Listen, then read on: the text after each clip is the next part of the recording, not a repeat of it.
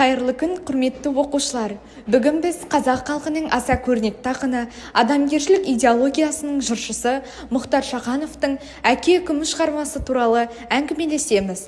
Бұл туындыда адалдық, намыс, әділдік секілді мәңгілік құндылықтар көтерілген. Мұхтар Шаханов қазақтың көрнекті ақыны, жазушысы, қоғам және мемлекет қайраткері.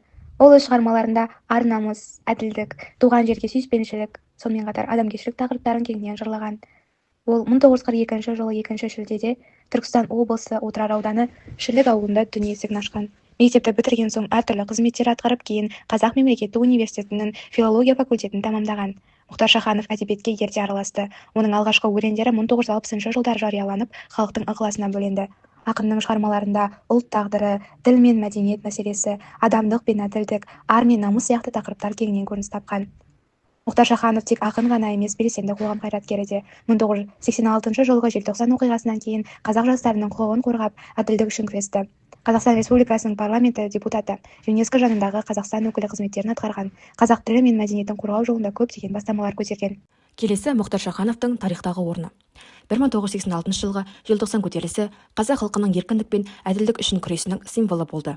Осы оқиғадан кейін билік қазақ жастарын бұзақы деп айыптап, шындықты жасырып қалуға тырысты. Сол кезде ақын Мұхтар Шаханов халық намысын қорғап, желтоқсанның шындығын ашық айтқан санаулы тұлғалардың бірі болды. 1989 жылы Мәскеуде өткен КСРО жоғары кеңесінде ол батыл түрде сөз сөйлеп, қазақ жастары өз ұлтының намысын қорғады, бірақ оларды жазықсыз жазалады деп мәлімдеді. Осы сөзден кейін желтоқсан оқиғасы қайта қаралып, жазықсыз жастар ақталды. Мұхтар Шаханов шындық пен әділдіктің, ұлт намысының символы. Оның ерлігі әр қазақ жасының жүрегінде мәңгі сақталады. Әке үкімі.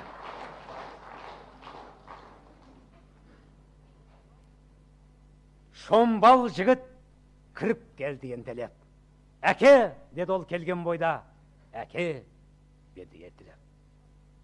Жүруші едің, маған ылғи өкпелі.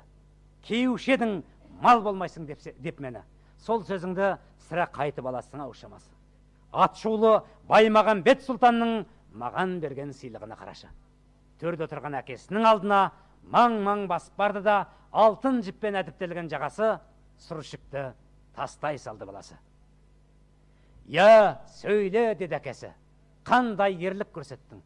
2 ай бойы кәне қайда жол шықтың? Баласы айтты. Топ бастадық 4 адам. Махамбеттің жақыны ықыласты үгіттеп, мақтап қағып арқаға, қосып алдық ортаға. Бұл әрине мына ұлыңның ақылы. Еркін жетер әңгіме ол бір таңға, қапсызда қармақ салып, Махамбетті алдап соғып, басын кесіп, сыйға тарттық сұлтанға. Келесі балалар, Мұхтар Шахановтың «Әке үкімі» шығармасын талдаймыз. Мұхтар Шахановтың «Әке үкімі» шығармасында әке баласын дала заңмен арождан алдында әділ үкім шығару үшін өлтіреді. Себебі ұлы Махамбет сияқты ел үшін күрескен халық батырына қол көтеріп, оны өлтіреді. Бұл халыққа, ерлікке, рухқа қарсы қылмыс болып саналады. Әке өз ұлының ісін кешіре алмайды. Өйткені ақиқат пен әділдік адамнан да жоғары тұруы керек екен түсінеді.